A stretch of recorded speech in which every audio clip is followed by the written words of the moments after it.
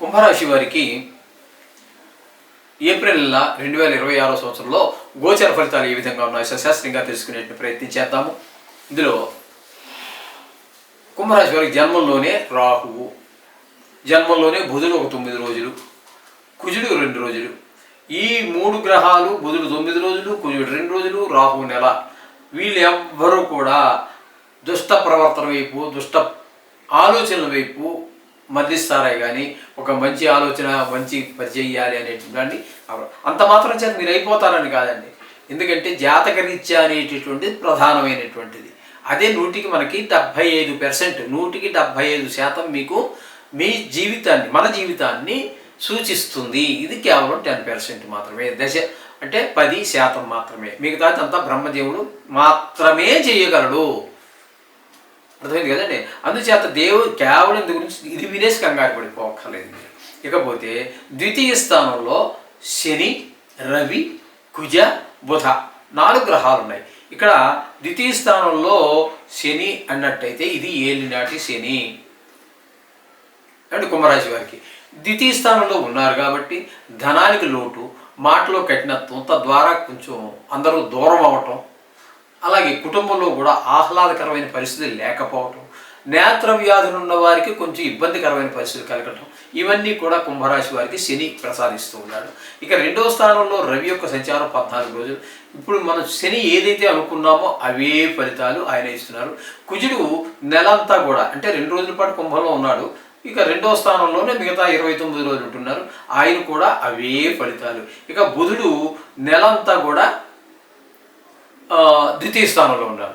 ఈ 3 గ్రహాలు శని, రవి, కుజ 3 గ్రహాలు ఇబ్బంది పెట్టినా ఈ బుధుడు మిమ్మల్ని ఆదుకునే ప్రయత్నం చేస్తాడు. ధనానికి లోటు లేకుండా, మాట కొంచెం అంత కఠినంగా వెళ్లకుండా, కుటుంబంలో ఆహ్లాదంగా ఉండేలాగా ఒక్క బుధుడు మాత్రమే మీకు అనుకూలం ఇక్కడ.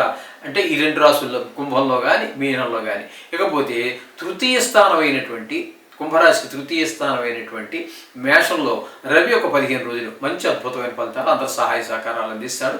అలాగే శుక్రుడు 19 రోజులు అందరు సహాయ సహకారాలు అన్నిటిగా విజయంగా ఉంటుంది. అలాగే 4వ స్థానంలో 20 రోజుల పాటు ఆయన 20 తారీఖు నుంచి నెల వరకు అంటే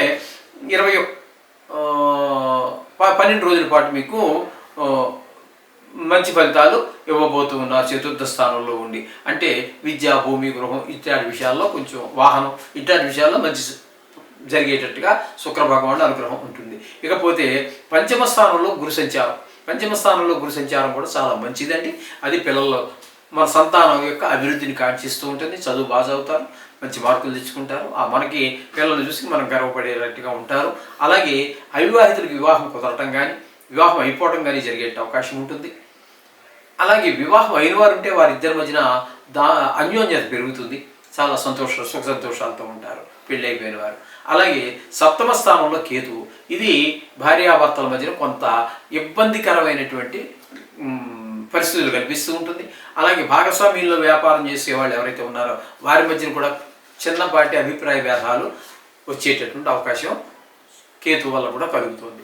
ఈ విధమైనటువంటి ఫలితాలన్నీ కూడా మనకి కుంభరాశి వారికి జరుగుతున్నాయి. కాబట్టి పూర్తిగా చెప్పాలి అన్నట్టయితే ఇక్కడ బుధుడు ఒక 21 రోజుల పాటు ఆయన అనుకూలంగా ఉన్నారండి అండి.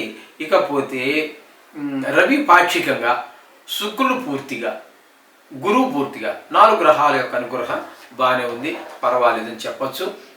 అంచేత మీరు కొన్ని గ్రహాలు ప్రతికూలంగా ఉంటాయి.